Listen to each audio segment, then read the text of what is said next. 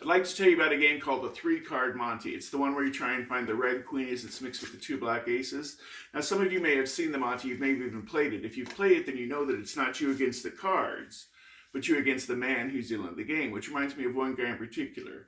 His name was Cleveland Joe. He used to throw money down on the south side of Chicago, down on Maxwell Street in Halstead, back when it was a real street market. Now, I only saw him twice, but I always remember as the guy who played 3-Card Monte with 4 cards. He called his little game of looky-loo, 3 for me and 1 for you, but finding the red queen as it's mixed with 3 black aces is a tough rod to beat, and so, of course, the payoffs were bigger. But there was always some joke in the audience who would say, "Excuse me, but isn't that game supposed to be played with 3 cards instead of 4?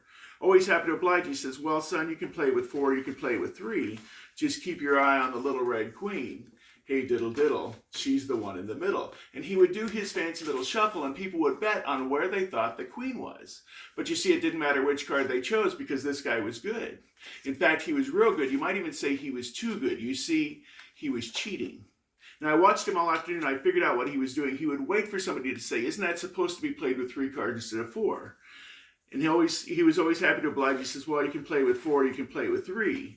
Just keep your eye on the little red queen. Hey, diddle diddle, she's the one in the middle." And when he did his fancy little shuffle, he made a move like this. Did you see it the first time I did it? That's the switch. That's how it's done, because after he makes his move like that, it doesn't matter which card you choose, because by that time the queen is no longer in his hands. By that time the queen is in his coat. So I figured I had the game all busted out. I went home and I gathered up all the money I could lay my hands on, went back down to Maxwell Street. As soon as he started, I stepped up into the crowd and I says, "Hey, isn't that supposed to be played with 3 cards instead of 4? Cleveland Joey looked at me and he smiled. He says, "Well, son, you can play with 4, you can play with 3.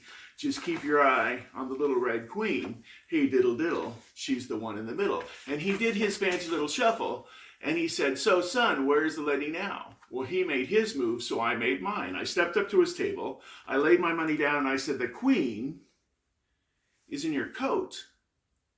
And I learned 3 things that day. I learned that you should never play cards with a man named after a city, that you should never try and con a con man, and that a fool and his money are lucky to get together in the first place.